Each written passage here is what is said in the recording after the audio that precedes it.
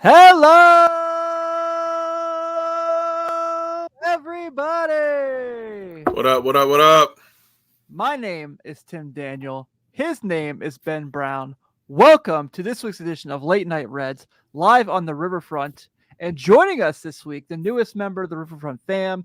You caught him this past Friday on the Riverfront Red Show with Chad and Nate, and he said, I'm going to go on the cooler show on Sunday night. Well, I had to get the coat on, too. Yes, sir, baby. Looks immaculate. Yes, sir. Unless you're watching live, you can check him out. One of our newest members of our teams. He'll be doing the Redleg.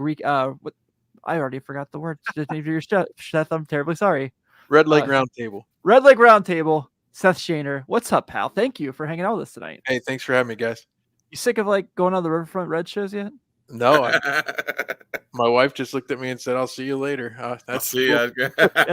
Every Sunday, my wife says the same thing. Yep. No doubt. Well, we're happy to have you, man. So I will also do the same thing that Nate and Chad did this week. If you haven't checked out Seth's show this past week with Eddie Toppensee, please take the time to do so. It's worth it. I think the best thing about it, Seth, is when you listen to the interview, is you can tell that Eddie is really excited to kind of just reminisce and talk about that time and talk about coming up with the Reds and all the things he went through to get there. It's awesome, man. I really, really enjoyed it. I appreciate that. It was a really good interview. He was so into it, and I recorded the whole way straight through, and I'll never forget. We had just finished talking about that '99 season, kind of the one-game playoff, all that, and I was kind of like, I still wanted to talk to him about his teammates. I hadn't gotten to do that a whole lot. We talked to a few guys, and I kind of gave him the little cue. I was like, do you want to keep going? And he said, no, let's go. And that lit a fire under me because I was so excited that he wanted to do it so badly. I told him 45 minutes. We were already almost at an hour at that point. We hit an hour. And yeah, we could have talked even longer, but it turned out really well, especially for the first effort. And I always say, especially on podcasts, things like that, I actually launched one back in 09 or 10 before, I don't know, most people didn't even know what a podcast was. I always say, if you start at a certain level, you can only keep getting better. And I think that's what we're going to do. Hopefully we'll just keep on getting better. My questions will be better, hopefully.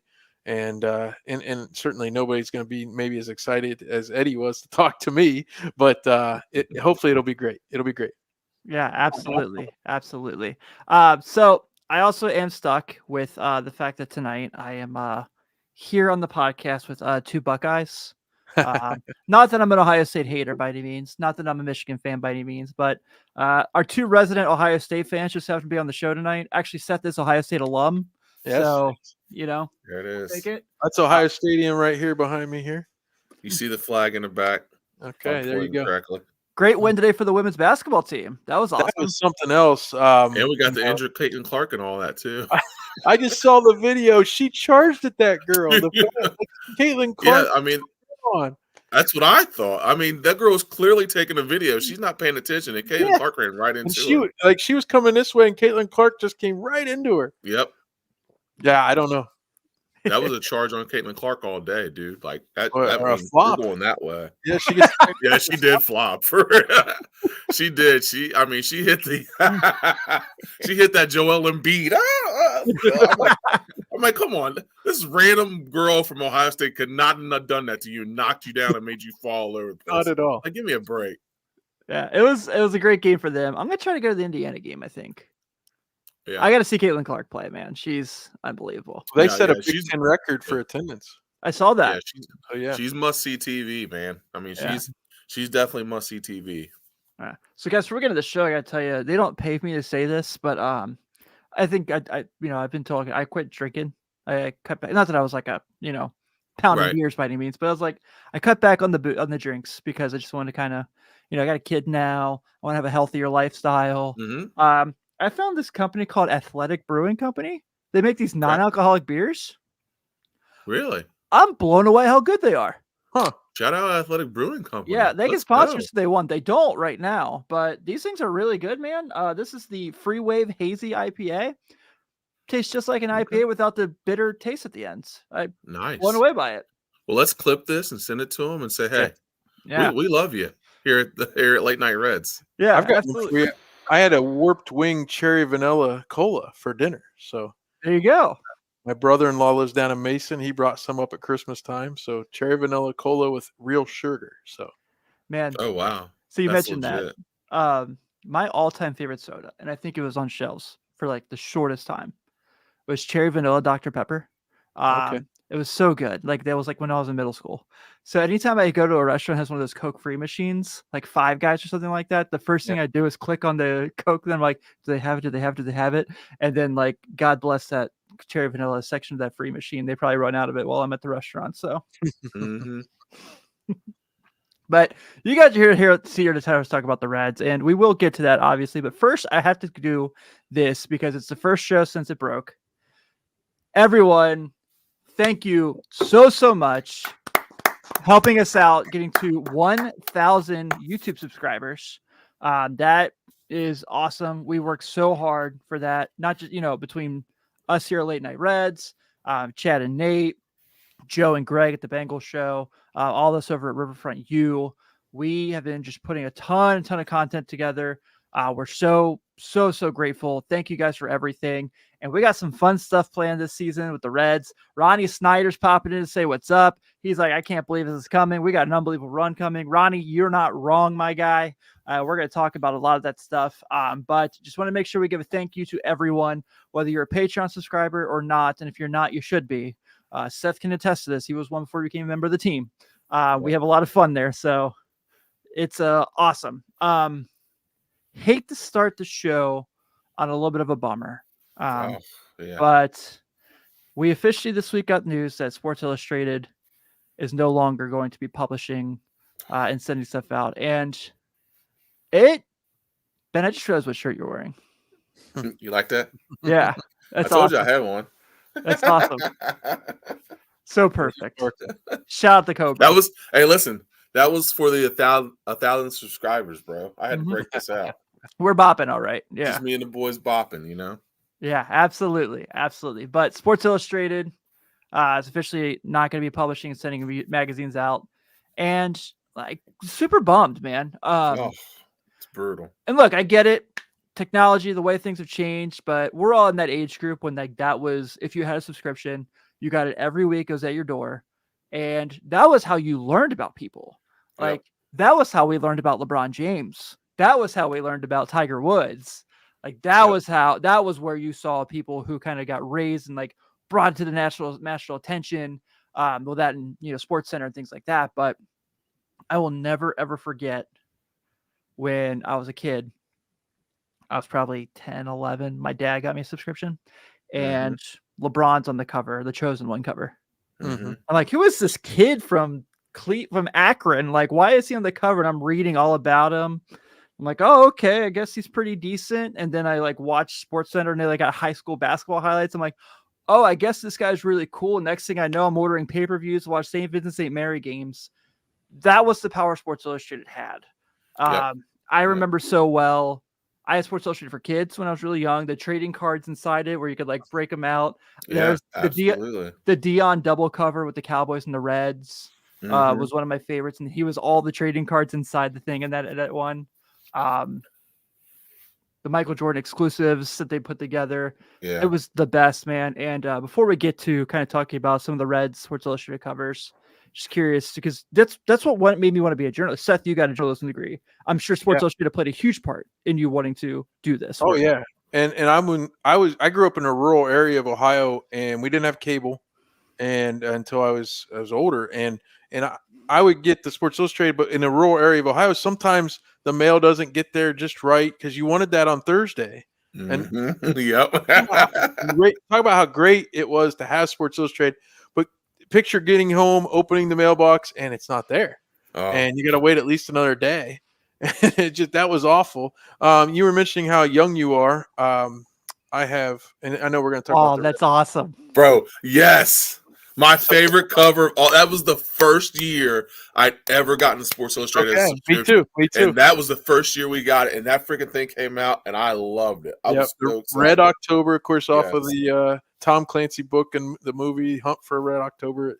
But no, so yeah, and I was going through looking for these. I have a filing cabinet basically every Michael Jordan cover from his rookie year with the Bulls until he retired. It was And like this 12 a year the that he was on the cover. entire drawer is all Michael Jordan. That's And so I've got insane. all those still. I've got some of these Reds ones we'll talk about.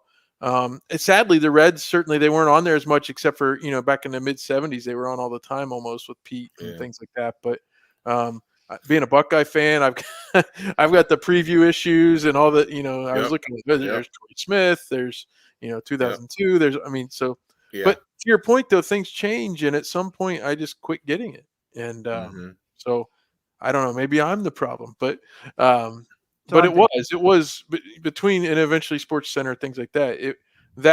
I got the Sporting News when I was a kid, and we didn't know how McCoy actually would write his, the Reds part, right? Absolutely. And I would remember, again, no cable. The Reds were sometimes on Fox 28 in Columbus, and we could get that channel from where I lived.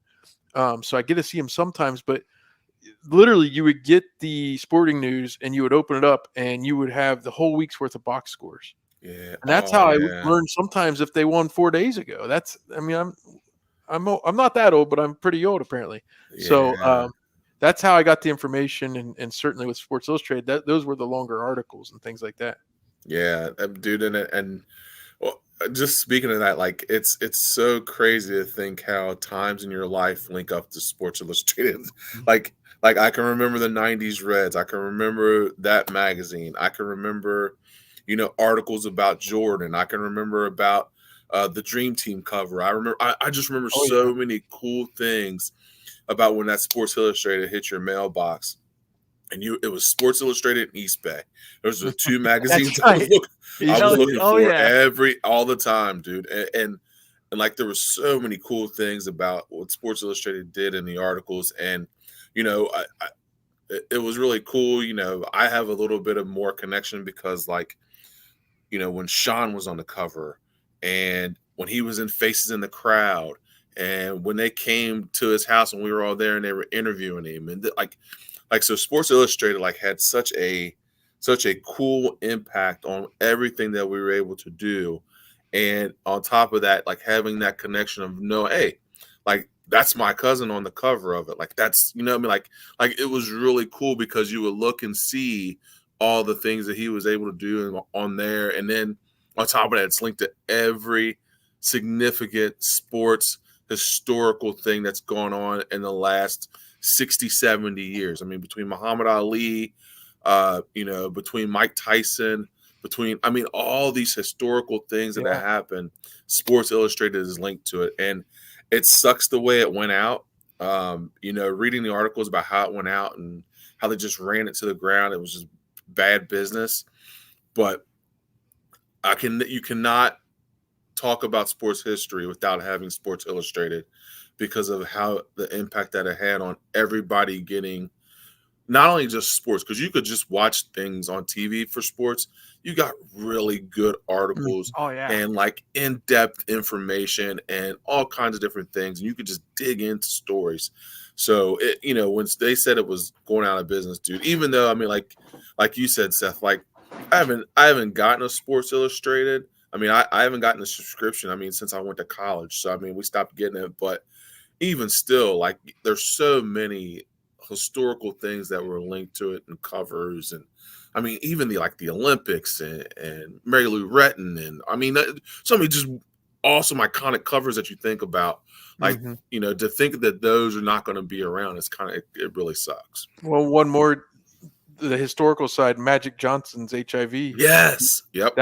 We knew the news by then and all that when it came out, when we got the magazine, but that story, I don't even remember who would have written it, but you just learn so many more details out of those because even a newspaper article, having been in journalism a little bit, a newspaper article might be 450 words ish, around in there, but we're talking 2,000, 2,500 words or more for these articles. And they can get so much more in depth. And, in fact, I'm a bit of a Tony Kornheiser fan, and he did some freelance work for Sports Illustrated. And I think it was for Sports Illustrated that he wrote a Nolan Ryan piece. And my favorite part of it, and I tried to write a few things like that myself and probably failed, but my favorite part about that type of journalism is they would go immerse themselves, the writers would, with the person. So he went down to Texas and he's at Nolan Ryan's ranch back in like 1983, visiting with Nolan Ryan. And it's like those kind of stories were the ones that were always the ones that sucked me in. Because can you imagine being the writer, but you're almost like a fly on the wall in the limo or wherever you are. You're not part of the story, but you're in the writer's in the story and he takes you with them. Yep, absolutely. It's funny you guys say that. I just looked over the last Sports Illustrated cover I got. Oh yeah. So it's the last one I'll ever have, apparently. Right. Well, Pat Forty still writes for them, and he released something on his Twitter about while it looks really bad, and it's there was something about like it's not quite as bleak as they're saying, but yet on the other hand, yes, it is. So right. I'm not sure what we'll end up seeing, but I've enjoyed seeing all the Reds covers and all the different tributes on Twitter and different social media. So yeah, absolutely. So Seth, I probably should have filled you in. And I don't do this to brag, but Sean Alexander is Ben's cousin. That's what he meant by all that. So, you said I'm sorry. Yeah. My bad. So I was like, great running back. I don't do it to brag by any stretch, but I wish we could have pulled him up north instead of letting him go down to. Yeah, you ain't lying. We'll tell you those stories one of these days. Yeah. But I did want to show off some of these. We got some from the patrons said they talked about some of their favorites, but wanted to share some of my favorites. Eric Davis on the cover of the smash hit. I know Joe Farfsing said that was his favorite. Joey being on the cover in 2010. That article is really fun too because it talks about the Reds were in LA playing the Dodgers. It was during the 2010 NBA Finals. Yeah, Seth's got it right there. I have it somewhere in here. And he actually asked Dusty if he could stay back and watch the Lakers Celtics game. It was Game 7. Griffey, that's one of his couple covers he had with the Reds. When he came back and was right around when he hit his 500th home run. That was one of my favorites. Look how happy he is. That's just dude. That's that smile, dude. Yep. We've got the one Seth showed earlier, Red October with Chris Sabo. I like this Johnny. This is my Johnny Bench is on the cover a lot. Mm-hmm. This one here, the How Go to the Reds one is my favorite. Series hero Johnny Bench homers in Game 4, and then because that's the 76 series when he went nuts. He did go, he went insane in that series. And then How the Reds Got Junior, which is also a fantastic one. My personal favorite, and I think Hooper said that this was his favorite as well. The Deion Sanders Man of Steel. Oh yeah, one of my favorites. Roy McMillan was on the cover, and then we have this one here with Johnny Bench and after they won against Boston. So I picked these cautiously. Strictly for the sake of, as we know, I don't ever give Pete Rose his flowers, and I won't. For not for the baseball player he was, but for other things. He certainly deserves what he did in the field. And I did not share the March shot one for other obvious reasons. Yes, but well, Nate bought all those. He's got those on his coffee table. Yeah, that's true. Yeah, we got Joey Gaditz in the house tonight. The young guys this season, the City Connects are pretty cool. Up? Did you guys see the bobbleheads promos for this year? They look good. I did. Yeah, it does. The Jake Fraley one with the helmet on, that looks great. Yeah.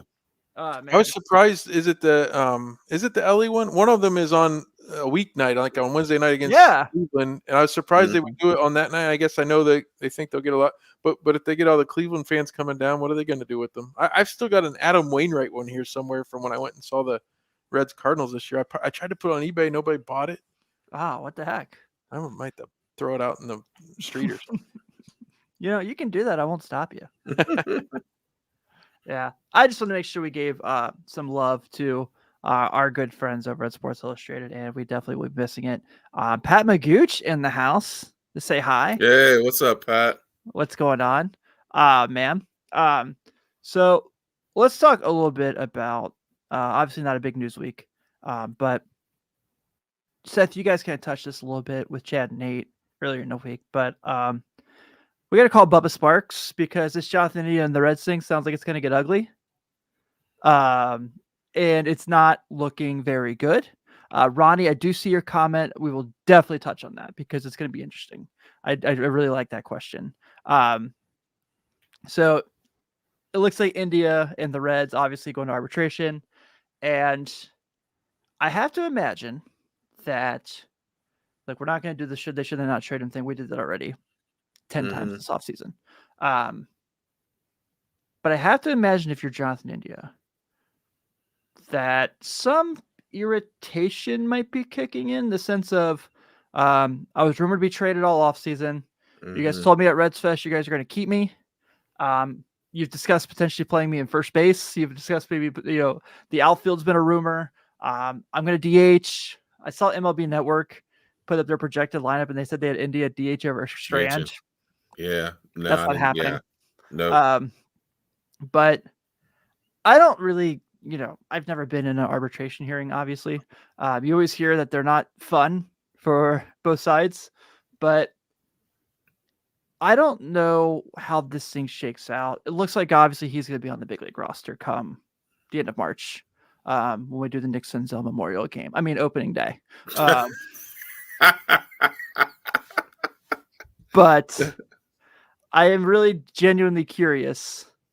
What does this Jonathan India thing look like? Even if the arbitration ends up okay, but it's like they come to a settlement, like, is he going to be like really happy to be showing up in Goodyear and like, hey guys, what's up? Everything's cool. Nothing's wrong. Nothing's wrong. Yeah. Go ahead, Seth. I was a little moved by Chad Dotson's thoughts the other day because he said, "Hey, 800,000 is not that much. The Reds could have come closer and made a deal." But my feeling was, having grown up through the years and seen how many times years ago the Reds used to go to arbitration all the time, and every one of those guys, even Sean Casey, went, and all those guys talk about how awful it was when you're in the room, and you're just getting thrown under the bus by your team you thought loved you. But to a man, and some of them maybe took it personally, I don't know, but they end up realizing it is a business and they just go out and play. Now, the other stuff, if it was any number of these other guys, if Tyler Stevenson would have gone to arbitration instead of him, I don't think we'd be saying anything, right? It just, you're right. Yeah, you're right. Come together, and he didn't have the best season, so maybe they'll work it out, or maybe they won't. But because it's Jonathan India, and because there's reason for us to love him, and I know many of the people that watch this show or listen to this show do, but B, there's so much talent in the same position he plays, any of the positions he can play, including DH.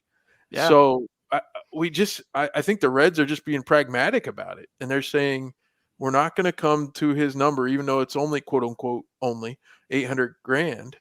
When we have all these other players that can play there, and it's going to get decided. The panel's going to decide it, and the Reds are just as an agreement as the Players Association that once it gets decided, that's what we'll pay him. Yep, and you hit the nail on the head. I don't think the Reds are worried about anything because they've got so much talent in all the positions that he plays. Yeah. So like whatever arbitration decides is what it's going to be, and we're going to go from there. $800,000 or no $800,000, like. To me, India doesn't have a leg to stand on because, I mean, I know that the Reds are talking about trading him and doing all these different things, but this, that, and the third. But that's a really talented roster, and Seth, you said it perfectly.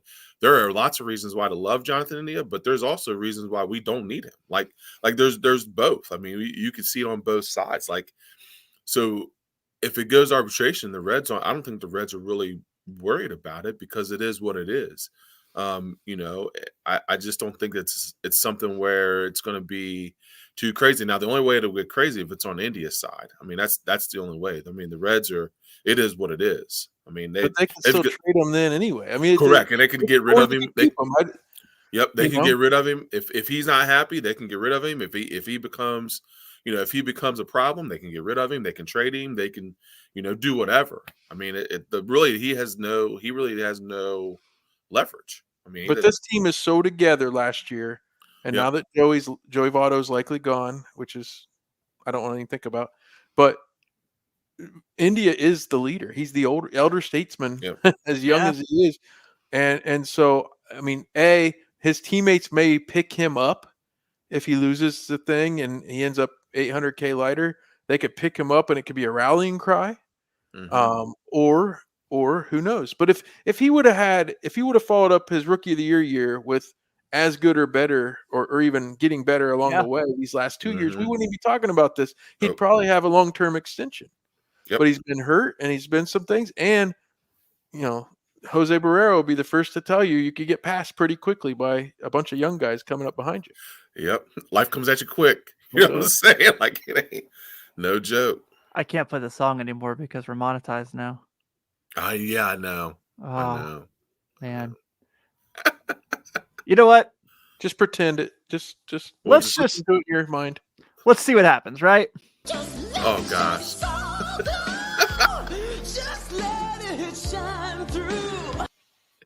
5 seconds of it. I think we'll be fine for 5 seconds. Maybe if we keep it under, we're good. If we're not, maybe we just get rid of it. But Seth said Barrero, so we had to do it. We know the magic button. Oh, absolutely. I think you guys make excellent points. I don't really have a whole lot to add to it, but I will say this in the sense of everyone talks about this, like it could be crappy. It could be really irritating. The Reds can trade him if he is, a jerk. He could trade him if he's not happy. The Reds could trade him also if he comes out and has lights fire under his ass and plays really well for 3 months, and then come July 31st, it's August 1st, whatever the hell it is now. Maybe someone looks at it and is like, oh, you see India, he's been playing pretty well. Like maybe we take a chance on him, and that's a possibility too. Well, do you think that's part of the Reds, not really strategy, but that's not going to affect them if somebody? I think if that happens, then that makes his trade stock higher, which is kind of that's a really good thing. Yeah, you're taking a chance if you right. Yeah, and I could be way off here for sure. It wouldn't be the first time, won't be the last, but that's certainly in the realm of possibility. There's also a world where he comes out and he hits 220. His on base percentage is under 315, and it's not very fun because he doesn't get enough at bats. So especially, did you guys see Matt McLean was voted the number 6 second baseman already in baseball from MLB Network? Yeah, and I think I missed that. He played 20 games at second base. I think Brian Kinney had Encarnacion Strand listed on the top first baseman on his, not the overall MLB Network one. But I was like, whoa, okay. And especially with the Reds, I feel like the Reds have a bunch of Ben Zobrist now where they all just get shuffled around, and it's hard to say, hey, you're a first baseman or you're a second baseman. So before the season, they basically just they put them where they think they'll play, I guess. So it's funny you say that. So that's where Ronnie brought up this question. He said, hey guys, can you give your thoughts on playing everyday players versus platooning players positions? I think some players are being held back by not getting a chance to prove they can hit. And then he goes on to say, Benson and Friedel, I believe, could eventually be everyday players regardless of pitchers. In today's baseball, some guys will never be able to show their truth worth, for example. I love this question. I think it's a great question. I definitely want to get your guys' thoughts on there. We kind of talked about this early in the offseason, Ben, with Benson. He got, I think, 30 at-bats all year against lefties. Yeah. So I think he earned the right to see if he can do it. I'm not going to go and say I'm confident that he can, but I think he earned the right to see if he could. Now, does that mean they give it a shot in spring training? He's playing every day in spring training to see if it's something where he can carry it over the big league season, to the major league season. Mm-hmm. I'm open to that. Yeah. I'm open to him getting a chance to see if it's something he has in his skill set. I think we're at the point with Jake Fraley, we've realized that it's just never going to be a thing where you can have him go against a left-handed pitcher. And I think that's okay. Ronnie mentioned Friedel. I think Friedel, relatively, his splits were pretty decent. I guess he got a chance to really shine in that role, and I thought he did a good job. Yeah, I did too. I know he hit a little lower in the order at that time. Mm-hmm. But I definitely think that both guys definitely earned the shot because really, right-handed outfielder isn't necessarily a huge strength of the team right now that you're looking at. Spencer Steer. That's the one. And I love Spencer Steer as a hitter. We don't know yet how good he is as a left fielder. I hope he's awesome. I trust he will be really good because he has a whole offseason to work on it, knowing what he's going to be doing. But in a situation like that where they do have a right-handed pitcher on the mound, and you're going to use those guys, I'm genuinely curious to see if Will Benson can be successful in that role as an everyday outfielder. Well, I remember years getting caught up in, and the big one was the Reds had just had Josh Hamilton in 2007, and they had, but they had all these players, and they're like, wait a minute, we got Griffey, Dunn, Hamilton, and Jay Bruce is coming. What are we going to do? And then all of a sudden, within a year, Jay Bruce was the only one left. But I guess I started to say that because I remember years where it's like, well, he's this everyday player, he's that everyday player. But even the interview I just did with Eddie Taubensee, I was rekindled a lot of my memories of the '99 season. And I'm telling you, Michael Tucker Love Michael Tucker and Dimitri Young, and I'm blanking on the other outfielder. They somehow got at bats for all these guys. Cameron and Vaughn were the center and left fielder. But somehow between right field and Dimitri Young spelling Casey at first base and playing right field also, like they all had all these at bats, and it all added up to a really good output at that position. You're talking about the legend of Chris Steins? No, I'm not. He was uber utility player that year. But yes, actually, I have an autograph. When I was going through my things, I have a Chris Steins autograph downstairs. That was pretty cool. Remember, Tracy Jones would call him that Steins guy. He would like pop up all the time on the radio with Mo. Yeah. Like in the early 2010s. He would always be on stuff with him. I was like, that's random guy. You just found out. I was like, hey man, want to come and talk shop? Like, yeah, I remember '98. He was like, that Steins guy's got to get more playing time. And then Tracy Jones the next year, he was saying that Greg Vaughn's batting average didn't matter. Everybody was all upset he was batting 240, and he's like, it's ribeye steaks. That's what matters. But of course, the home runs mattered too. I don't know. I just think that as far as I see your point, and a guy like Will Benson will want to have every day at bats. I'm sure. But for the health of the team and knowing who our manager is, who the Reds manager is, right? I would expect platoon to be a pretty regular occurrence among a lot of different positions. Yeah, I agree. What do you think, Ben? Anything you want to add? Yeah, I was going to say, I think that, I think you guys are spot on. I think it's going to be more the same. Does Benson earn the right? Yeah, but I mean, like, I think Seth brought up a good point. Well, you know who our manager is, and you know what the road they're going to take, and yeah, they'll platoon it, and I think and truth be told, it all shakes out in the wash. You know what I mean? I think that the more at bats they all get, the better. At some point, it'll come up, and it'll be a lot of fun. Hey, Tim, one thing I'd ask you, these things, we can quantify everything now because everybody keeps track of every stat and everything. Yeah. It felt last year like the Reds faced more left-handed starters than didn't normal. it? So that's what's weird. Normally, I would say Will Benson's going to play so much more just because you play against right-handed starters more. And then as the game goes along, maybe somebody pinch hits for him or whatever. But I felt like every series, it's like one or two left-handed starters. It just felt really weird. Yeah, you're right. It definitely felt that way. I think that's really, really fair point. You guys, your conversation with Tob and C, every day is a field trip with this comment here. I don't know. Can we just talk about the 99 team? Can we have some fun for a second? Like, let's do it. Oh my gosh, man. What a fun summer that was.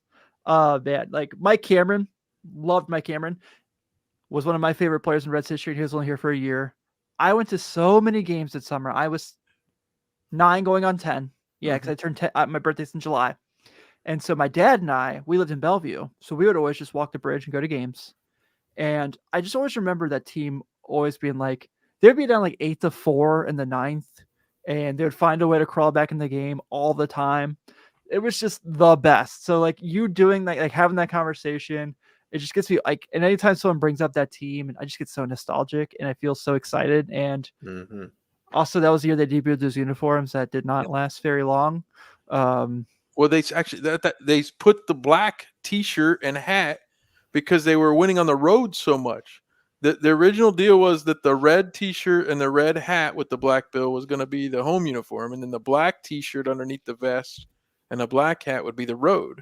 Well, they were winning so much on the road that they started wearing the black at home, and they rarely, if ever, wore the red at home anymore. And it was, people don't like the black. I get it, but I at the time, I've got the Pokey Reese vest jersey hanging upstairs.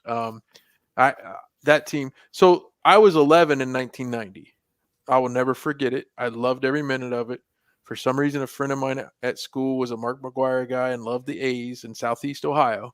And I called him the first time I ever trash talked a kid was when I was 11 years old. Eric Davis hit the home run. and the phone could not have been off the hook faster. I'm yelling at my buddy. We're 11. I'm yelling at him. Did you see it? Did you see that? And of course they went and loved it. Loved every minute. Loved the 95 season. I got to go to more games in 95 being in high school and that sort of thing. But the 1999 season, again, my hometown was 3 hours away. Columbus around 2 hours. We went down I-71 so many times that spring and summer, and it was just so much fun. And you're right that I remember getting into the ballpark one night, and I think I shared this with Thomas. I'm telling you, I think it was JD Drew hit a line shot, and it was the only hit of the game, and they got him out at second trying to stretch a single into a double. And Ron Vallone, of all people, one hits them the rest of the way to like the 8th inning. Oh, is that game? Danny Graves or Williamson locks it down. And I mean, the night that Randy Johnson pitches and Dimitri Young hits a home run, it's 1-0. The Reds win 1-0 against Randy Johnson. I mean, there's so many of those types of games where a guy came out of nowhere and did something and just was amazing. You remember the Colorado and they won like 26-4, 25-12. Yeah. Yeah, actually, Jeffrey Hammonds had like 3 home runs, I think. Yeah, that's the night. That's the one Eddie Taubensee said. He goes, "Yeah, I didn't get to play that game," but then he said because it was a day game after a night game, and he said sometimes you're given a day off as a catcher, as the regular catcher. Yeah. Sometimes you're given a day off, and then something happens, and you know you're going to get put in. He goes, but when we got that big lead, he's like, I knew Skip wasn't going to put me in, and it actually was better because I could rest. But that game was insane, 25-12. Yeah, that was like pretty early in the year too. Yeah, that was May. What else was like? There was so many. I remember when Cleveland came to town; those were fun games. I think I went to a couple of those. I remember actually, Darius Rucker sang the national anthem in one of those games. I was there. I've got a story about one of those games. They won. I think it was on a walk-off of some sort, but back then, I don't even know if I might have had a cell phone, but maybe not. But I remember I called up to my my apartment at Ohio State, and I'm at the Reds game, and the guy my roommate or my next door neighbor who was always there, like our Kramer, he would always just walk in. he said, "Hey, you got some messages here," and so he played them, and one of them was from Rob Butcher calling me. And it was because I had met Marty Brenneman at the Sweet 16 Elite 8 because Marty would do the radio call. So I met Marty there down in Knoxville, and Ohio State was there. And he told me to look him up sometime. So I gave him like my information or whatever. And then Rob Butcher calls me, and he's like, "Yeah, we already gave away all our internships. I don't know why, but why I'm calling you, but Marty told me to." So Rob Butcher was calling me to basically tell me I couldn't have a job. But here I am at the game, and I'm on the phone. I'm like, "What? Rob Butcher called me? What?" So I'll never forget that night. It was crazy. But I was at that game with my grandfather, and Grandpa always liked to get back on the road, but we would never leave early. But man, they hit that home plate, and I think we were out the exit as fast as you can imagine. I was I'm looking up games now just because I'm like getting all nostalgic. Oh, yeah. I remember July 15th, 1999. I was there when they played the Rockies. They won 10-7. I was at that game. Steve Paris was like incredible in that game. That game was awesome. So, and then what else happened in that game? Greg Vaughn, 2 for 4 with 3 RBIs in that game.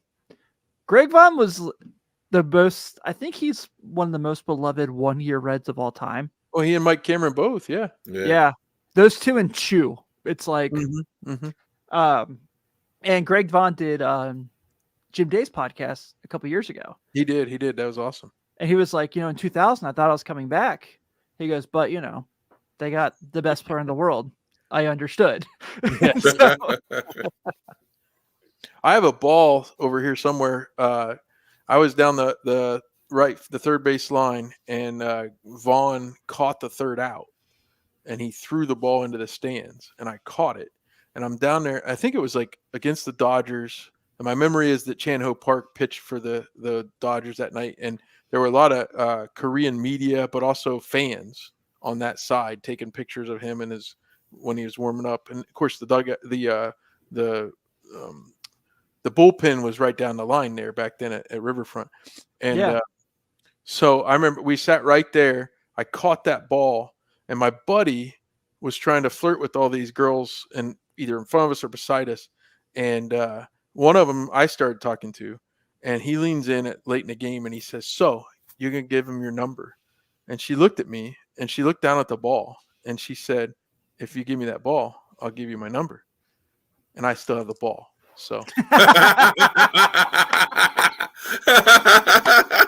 was the first ball I ever caught. I'm not giving I get it. So it could have been a Robin Williams moment from Good Will Hunting. I got to say, Yep. I mean, I'm married to someone else now, so it all worked out for me. But That's an immaculate reference, by the way. That's awesome. I said, if you give me that ball, I'll give you my number. I said, no, I've never gotten a ball before. Nope, not happening. Sorry. I remember one of my other things from that. And this is, remember, like I said, I was pretty young.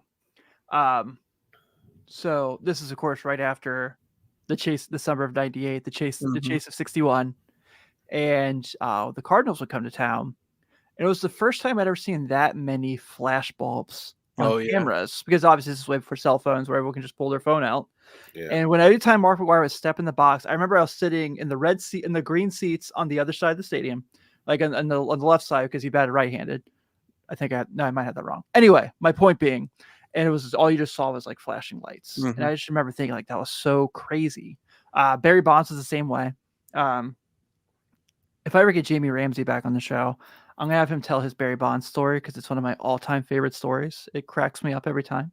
I just feel like if I tell it, I'm not gonna do as much justice as he could, and so that's one for sure.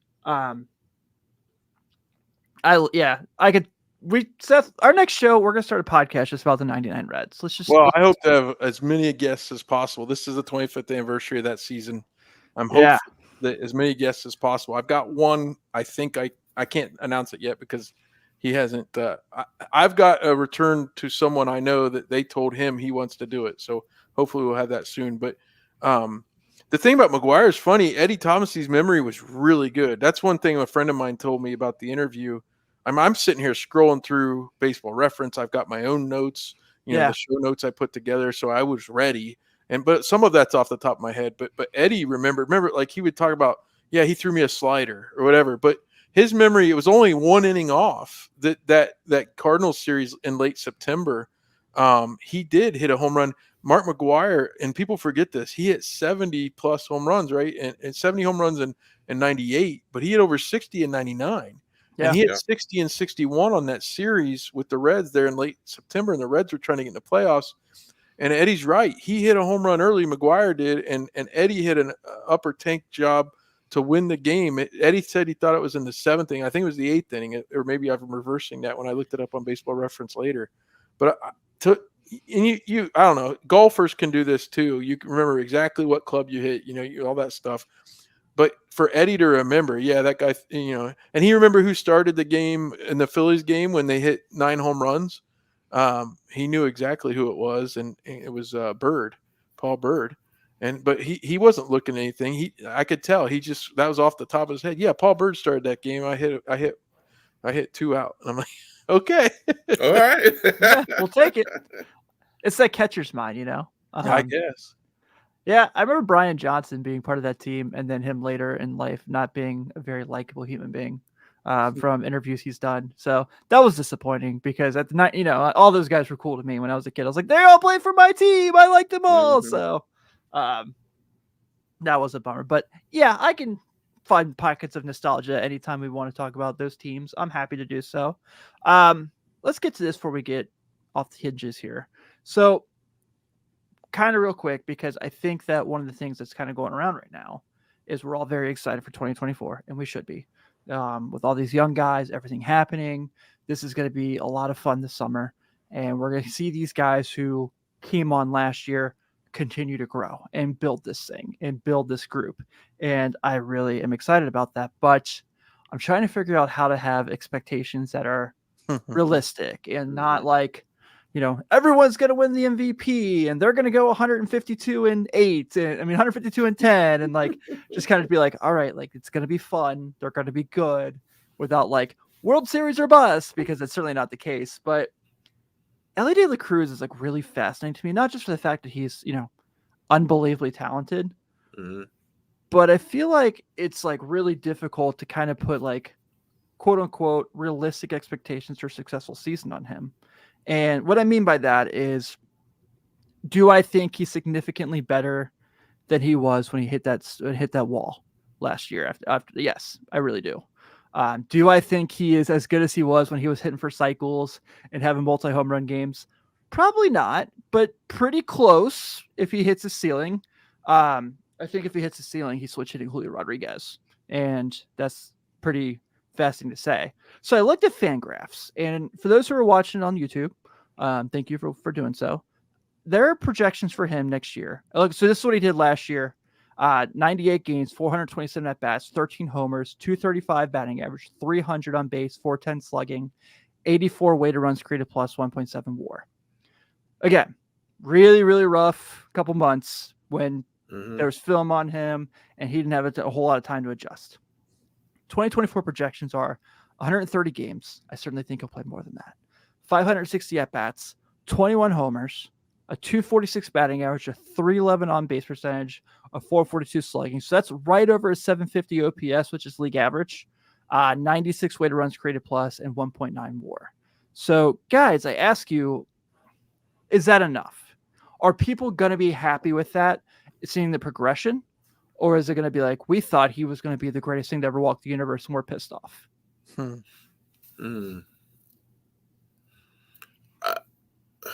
It depends. Here's the thing.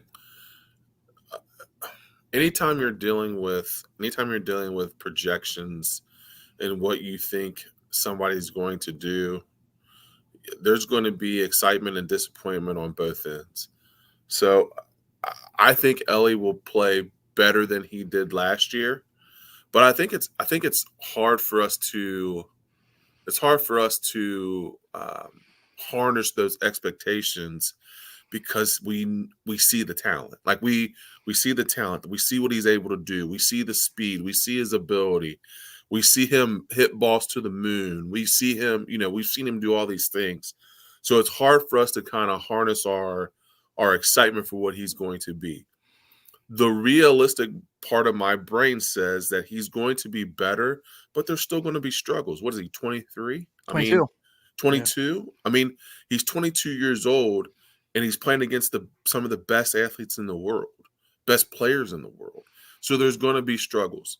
But I can't say with his skill set and the thing that he's able to do that he's not going to get better. And that's the fun part about it. Like Miguel Cabrera wasn't automatically Miguel Cabrera when he came into the league as a 19-year-old kid. Miguel Cabrera hit his stride 10 years, 6, 7, 8 years into the league when he started becoming MVP and being able to hit the ball and see. So it's a progress thing. So do I think that he's going to be the ball? Yes, Ronnie. absolutely, Ronnie, absolutely correct. But we have to be able to be realistic about his progress. But I do think his progress will be significant, because I think that he is too skilled of a player for it not to be. Long story short. Well, I think part of it is last year, from the time he started, and I think he had an injury very early, right, in AAA. Mm-hmm. Mm-hmm. But from the time he finally got on the field to the end of the season as a big leaguer, that probably was more baseball than he's ever played. Yeah.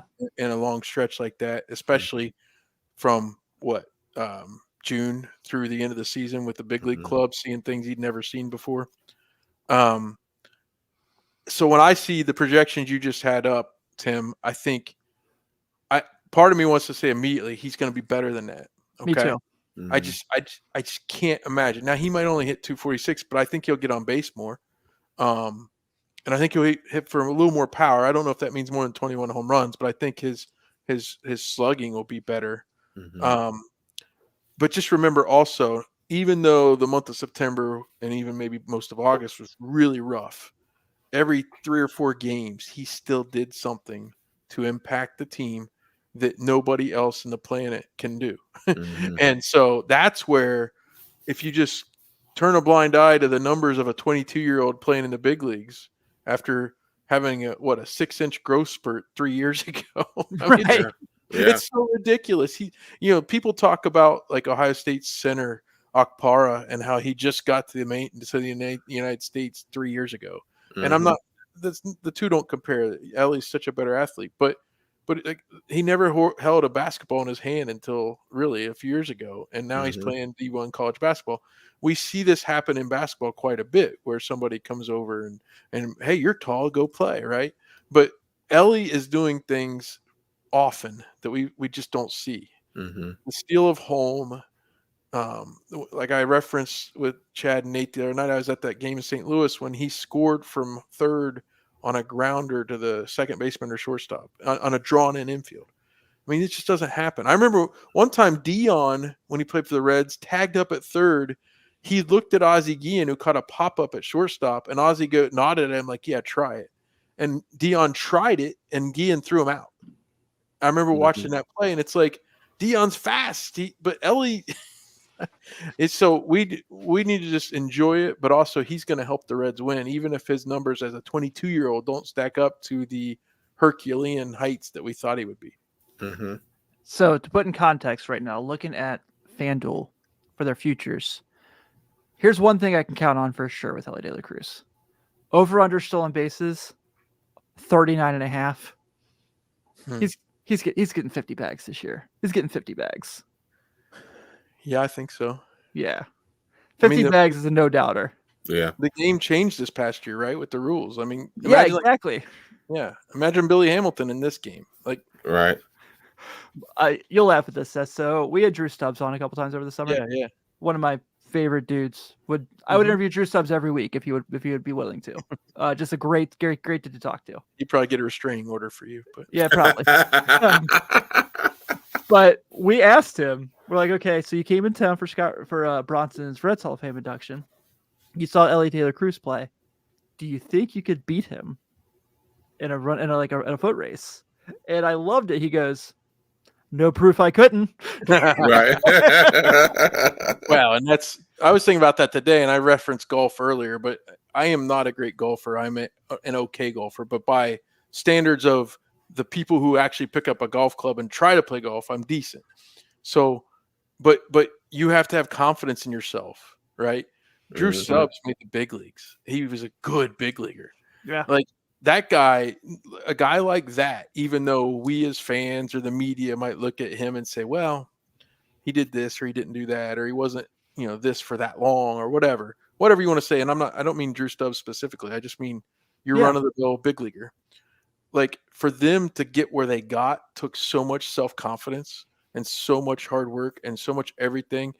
And if you couldn't get in the batter's box against that kind of heat without some self-confidence, right? Like, yeah, no kidding. So tell anybody who was known to be fast that they can't beat Elly De La Cruz when Drew Stubbs was in his prime. Could you have done that? Like, there's no way. Even if in his heart he knows, yeah, he's way faster than me. Right. But you referenced Sean Alexander earlier. I'm sure he would say the same thing about himself, but even some NFL players he played with, to get there, they had to have so much self-confidence and like believe in themselves so much, almost like in a wrong way. Cause it's like, no, like, don't try to hit it over that water, Seth. But if you don't have conviction, you should never even try, right? Man, you're not. Yeah, absolutely true. One of my all-time favorite quotes about professional athletes, Richard Jefferson said it, and it just always stuck with me when I think about, like, I'm watching an NBA game and I'm like, that guy's not very good. Like, and he said, like, are you aware how good you are at basketball if you suck in the NBA? Yeah. Right. And that always stuck with me. It just always was something that I was like, yeah, he's right. Because, Cameron Payne might not look too good in this Milwaukee Bucks Phoenix Suns game, but if Cameron Payne goes and plays at the YMCA, it's a whole different story. Right. Mm-hmm. Well, I don't know if I listened to Ryan Russillo's show, and he does life advice at the end of every episode. Yeah. And the guy will write in and say, oh, poor man's Andrew Bogut, or whatever. And it's like all the guys who can't really play say they're a poor man's, like, really good player. And Yeah. meanwhile, recently, an actual D3 college basketball player, a kid who played college basketball 15, 20 years ago, wrote in, and his comp was way lower. like it's like the guy who actually probably is better than most of these guys writing in said, my comp is this guy. Right. Yeah. So this is a great point from Ronnie. Ronnie, thanks for hanging out tonight, man. You've been Yeah, really, really man. great Yeah, you've been commentary. awesome, Ronnie. We Thank you. definitely appreciated it. He said, I've seen a lot of talent come through Cincinnati. You just sometimes can't watch the player and see that they have it. These young guys all have the it factor. Mm-hmm. And that's true. And that's Yeah. also frightening because it means that like something like if all these guys don't like hit the thing that we think they're going to be, it's not a bad thing. It's not a problem because there's Mhm. 4 other dudes. So Hey, you were talking earlier about, India and all the things, but then we also talk about these young guys. Is the new GM technically under Crawl? Is it Brad Meter? Is it? yeah, He was on XM radio today or yesterday, and I mean, he made sure and mention how much they like Jonathan. I think he had the right notes in front of him or whatever. But the things he said was like, look, and he didn't say someone might get hurt, but he did. He listed Matt McClain coming off the oblique. He listed one of the other guys having some sort of strain or injury or something like that. And he's like, so yeah, we probably have too many infielders, but he said, all this stuff is going to work out. And so it will, whether it be an injury or whether it be somebody struggling or even whether it be a trade, it's going to work out. I'm not that worried about that end of it. Yeah, I agree. Well, guys, I think we can go ahead and call this episode of Late Night Reds. Thank you all so much for hanging out. As always, we definitely appreciate it. Thank you guys for such an awesome week for us. It means a lot. Let's go through what's going around the Riverfront before we get out of here, shall we? Obviously, like we said, Seth now part of the team here with us. We're so excited he came on board. Not only will Seth be doing his Redleg Remembered show, we have a really fun interview coming up. He talks about it. I guess it's not really a spoiler at this point. Scott Hatterberg is going to be hanging out with Seth pretty soon. So Scott Hatterberg is going to come on. We can't wait to ask for you to ask him about Moneyball and how he got Chris Pratt to play him in a movie. I got Moneyball and I got Adam from Milwaukee. I need to ask him about. Yeah, there's that because the banana phone was talked about on the Riverfront show the other day. That's right. Yeah, that was. It was really fun. So that's going to be really, really cool. Be sure to check that out. Riverfront Bengals show was super fun this past week. If you didn't catch it, we did the 2023 season in context of Back to the Future quotes to describe our feelings for the year. And it was myself on there with Joe and Greg. We did a really, really good job with that. Had a little fun. And I know I said we did a good job because I was there, but we did do a good job. I'm just going to go and put it out there. Riverfront U, check out the website each and every week. I had an awesome experience this past week covering Xavier in Georgetown. Even though there's probably a difference in talent, it was a very awesome game I had a really good recap on. Also, tomorrow, the day this show goes up for those who don't watch live, over on the Riverfront U feed, the Riverfront Xavier show debuts. My first guest, Hanky McSpanky himself, Zach Hankins, comes on, chats with me for a little bit, and I'm going to dive a little bit into just the atmosphere of Cintas there as well. And then Seth is also working potentially to be doing a little Buckeye coverage for us here at the Riverfront. So there it is. Yeah. I don't know. Maybe we'll get a Ben Seth Ohio State show. Oh, I haven't mentioned this to either of them, but dangerous. Speaking into existence. We could be one of the 35 new podcasts. I was going to say. There's no hurting for Ohio State football coverage. That's for sure. There's not. No, it's like all everyone's like, I got a Yankees podcast. You're like, oh, good for you. Right. Yeah, I mean, we met the other day, and I don't know if any of the guys in the meeting were tired of it, but I was like, honestly, the Ohio State media cut the beat. 70 guys show up on a random Tuesday just to talk to Ryan Day. I mean, it's a large contingent. Yes, it is. Yeah, it absolutely is. But yeah, if you are looking to join us on YouTube and if you're here today and haven't subscribed yet, please do. If you are listening to us on your podcast app of choice, please be sure to give us a nice solid 5-star review. Check out all the shows on the Riverfront. We give you a ton of content each and every week. Go to riverfrontcincy.com to not only check out our college sports coverage, but maybe, buy some merchandise. We got some on that on there as well. So on behalf of Ben, on behalf of Seth, this is Tim Daniel. Have a good week, everyone, and we'll be back next week.